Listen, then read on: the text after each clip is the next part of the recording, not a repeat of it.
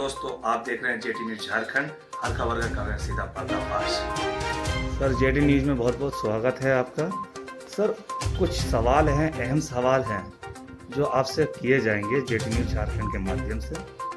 Sir पहला सवाल ये है कि अभी कोरोना की महामारी से पूरा देश विदेश इस चीज़ से झेल रहा है और रांची झारखंड की बात करें तो दिन पर दिन ये केस बढ़ता जा रहा है और हिंदपीढ़ी जैसे हरे भरे क्षेत्र को रेड जोन कर दिया गया है। आखिर इसके पीछे क्या माजरा है, ये कैसे ठीक होगा, इसमें किन लोगों का साथ देना चाहिए? देखिए, कोरोना वायरस एक बहुत ही खतरनाक वायरस है और एक आलमी वबा है। दुनिया के बहुत सारे मुल्कों में इस वायरस ने तबाही मचाई है। इसी मुकाबले किया जा सकता है और इससे बचाव की जितनी भी सूरतें हो सकती हैं, सोशल डिस्टेंस है, लॉकडाउन का पालन है, वो किया जा सकता है और किया जाना चाहिए। लेकिन जिस तरीके से मुसलमानों को इससे जोड़ दिया गया, इस्लाम से इसको जोड़ दिया गया, तबलीग से इसको जोड़ दिया गया, अब ये आम मिजाज बन गया कि कोरोना वायरस मतलब मुसलमान। और झारखंड में आप देखेंगे तो हिंदपीढ़ी को सबसे ज़्यादा बदनाम किया गया। इससे पहले भी प्रशासनिक मीटिंग हुई हम लोगों की और ये बात आई थी कि कोरोना की पहली जो पेशेंट मिली है तो वहाँ पर से 3 किलोमीटर के डिस्टेंस में जांच की जाए, लेकिन ऐसा हुआ नहीं। पहले तो ये बात कही गई कि मलेशियाई लेडी से ये वायरस फैला है, तो उसके संपर्क में जितने लोग आए हैं उन सबको जांच से गुजरना पड़ेगा। लेकिन एक ऐसे शख्स का, एक ऐसी लेडी का वायरस ये में हॉस्पिटल में मिल जाता है जिसका उस लेडीज से कोई ताल्लुक। इसी तरीके से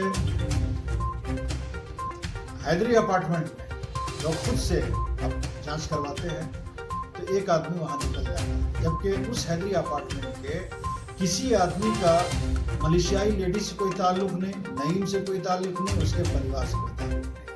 इसके माने हैं कि अगर कहीं भी 150 लोग जांच कराएंगे तो 2-4 लोगों का निकल ही जाएगा। इसीलिए हम शुरू से भी हम लोग इस बात को प्रशासन के सामने रखा है और रखते रहे कि अगर इस वायरस को खत्म करना है और इसको किसी जात, मजहब, जाति और इलाके से नहीं जोड़ना है तो पूरे इलाके में इसकी जांच होनी चाहिए।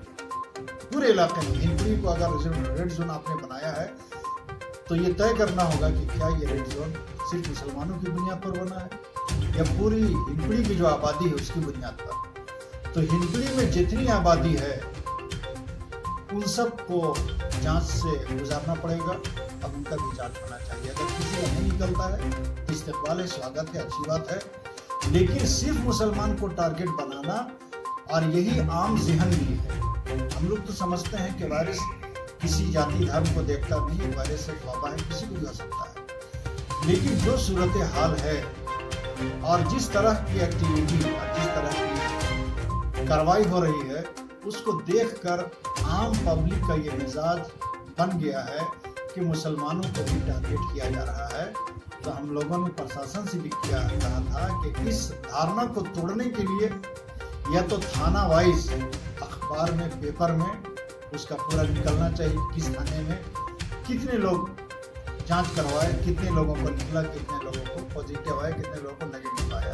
लेकिन ऐसा नहीं हो रहा है। इससे वो जो धारणा है उसको तक़वियत मिल रही है कि कहीं न कहीं मुसलमानों को टारगेट किया जा रहा है। और जब लॉकडाउन हिंदपीढ़ी के वो तमाम रास्तों में ये बैरिकेडिंग कर दिया गया तो हिंदपीढ़ी को दाखिल होते हैं। अब कल मालूम हुआ कि हिंदपीढ़ी के अंदर चौक चौराहों में जो है ना वो बैरिकेडिंग लगाया जा रहा है। जब ऑलरेडी हिंदपीढ़ी को सील कर दिया गया तो सील के अंदर सील करना ये लोगों को बड़ा अजीब लग रहा है। कल एक गली सील कर दिया जाएगा, फिर दरवाजे में कुंडी लगा दी जाएगी कि आप अपने घर से नहीं निकल सकते हैं। तो ये लोगों को समझ में ये बात नहीं आ रही।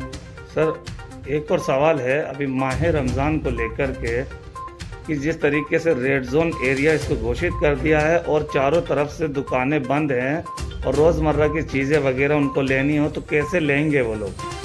ये तो सरकार की जिम्मेदारी थी कि अगर आपने हिंदुओं को कोरोना वायरस के मरीज के बढ़ने की बुनियाद पर रेड जोन घोषित किया है, तो ये सरकार की जिम्मेदारी थी कि वो एक एक आदमी तक जरूरत का सारा सामान पहुंचाती है। सरकार की जिम्मेदारी थी। सरकार अपने लोगों के जरिए से दरवाजा नॉक कर करके जो है सामान पहुंचाना, तो आदमी क्यों निकलता? आप खुद रास्ते में अगर सामान बांटेंगे, राशन बांटेंगे, भीड़ तो होगी। अगर लोगों को यकीन हो जाए कि हमारे घर में सामान पहुंच जाएगा, अभी भी जो सामान बांटने का सिस्टम है, मुख्यमंत्री पैकेट जो बांटा गया है, बहुत से मोहल्ले और बहुत सी गलियां ऐसी हैं और जहां बहुत बड़ी तादाद में जरूरतमंद है, वहां तक मुख्यमंत्री किट नहीं पहुंचा है, राशन नहीं पहुंचा है, या जिनके कार्ड नहीं है, राशन कार्ड नहीं है, उन तक राशन नहीं पहुंचा है। सोशल सोसाइटी या हम जैसे लोग जो है लोगों से लेकर के मदद करके उन तक पहुंचा रहे हैं, इसकी तो नौबत नहीं आनी चाहिए। ये सरकार की जिम्मेदारी थी। एक तरफ अखबार में बयान आता है कि किसी को भूख से मरने नहीं दिया जाएगा, और झारखंड के कई इलाके ऐसे हैं कि भूख से मौत हो जाती है। तो खूबसूरत भाषण से राशन की भरपाई नहीं की जा सकती। इसके लिए तो एक एक घर तक राशन, पानी, सफाई का इंतजाम करना होगा। अभी बारिश आई, सारा कचरा रोड में आ गया। एक वायरस तो पहले से कोरोना वायरस है, अब जब गंदगी फैलेगी तो फिर कोई दूसरी बीमारी पैदा हो जाएगी, फिर कोई तीसरी बीमारी पैदा हो जाएगी। और जब बीमारी पैदा होगी तो चूंकि हिंदपीढ़ी सील है, हिंदपीढ़ी के अंदर कोई हॉस्पिटल नहीं है, तो लोग इलाज के अभाव में मरेंगे और उसको जोड़ दिया जाएगा कि कोरोना से इसकी मौत हुई। सर, अब तक 67 मामले आ चुके हैं रांची के अंदर, जैसे कि गढ़वा, बोकारो और आपका पलामू में भी आज 3 केस आ चुके हैं और हिंदपीढ़ी समेत मिलाकर 67 केस आ चुके हैं। सर, क्या ये जांच ठीक हो पा रही है या नहीं? देखिए, जिस तरीके से जांच में लोगों का कोरोना पॉजिटिव आ रहा है और उसको फिर स्वास्थ्य विभाग, पुलिस की मदद से उठा के लिया, फिर 2 दिन के बाद उसी को नेगेटिव हो जाता है। जाहिर बात है कि कोई दवा इसकी तो है नहीं।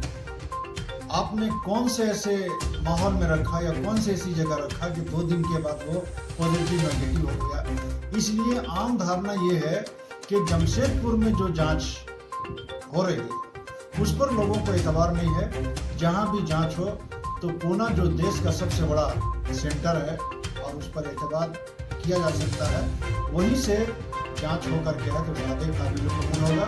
ये जमशेदपुर में इस तरह से काम हो रहा है कि एक आदमी 2 दिन के बाद नेगेटिव होके आ जा रहा है, तो आखिर कौन सी दवा उसको दी गई, कौन से माहौल में उसको रखा गया कि 2 दिन के बाद वो पॉजिटिव से नेगेटिव हो गया।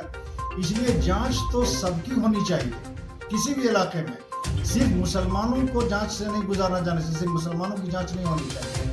अभी अखबार में और मीडिया में बराबर आ रहा है कि झारखंड में कोरोना वायरस से 3 की मौत है, जबकि नईम की मौत पर हमारे राज्य के मुख्यमंत्री का बयान आया कि नईम की मौत हार्ट अटैक से।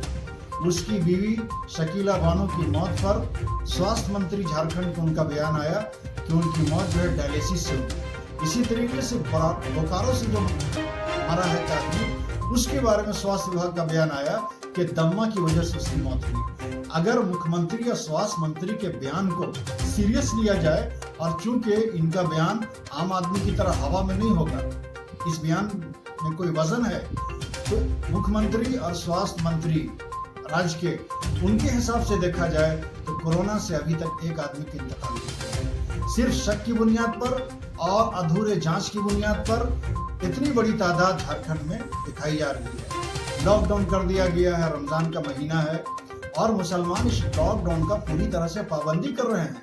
ये इल्जाम लगाना कि मुसलमान लॉकडाउन की पाबंदी नहीं कर रहे हैं सरासर गलत है। मस्जिदों में लोग नमाज नहीं पढ़ रहे हैं, सिर्फ उलमा की अपील पर और फतवा और मसला बयान करने की बुनियाद पर। अभी रमजान का पहला जुमा अगला जुमा होगा, अगर उस जुमे तक लॉकडाउन लागू रहता है तो मुसलमान शब बरत में भी हमारी अपील पर मस्जिद में नहीं आए, सड़कों पर नजर नहीं आए, कब्रिस्तान नहीं गए, तो लॉकडाउन तो हो रहा है। तो इस लॉकडाउन को पूरे तौर पर लागू होना चाहिए। कोरोना वायरस की हकीकत है, इससे बचना चाहिए। इसके बचाव के जितने तरीके स्वास्थ्य विभाग ने जारी किए हैं उस पर अमल भी करना चाहिए, लेकिन इस वायरस को किसी जाति, किसी धर्म, किसी इलाका से नहीं जोड़ना चाहिए।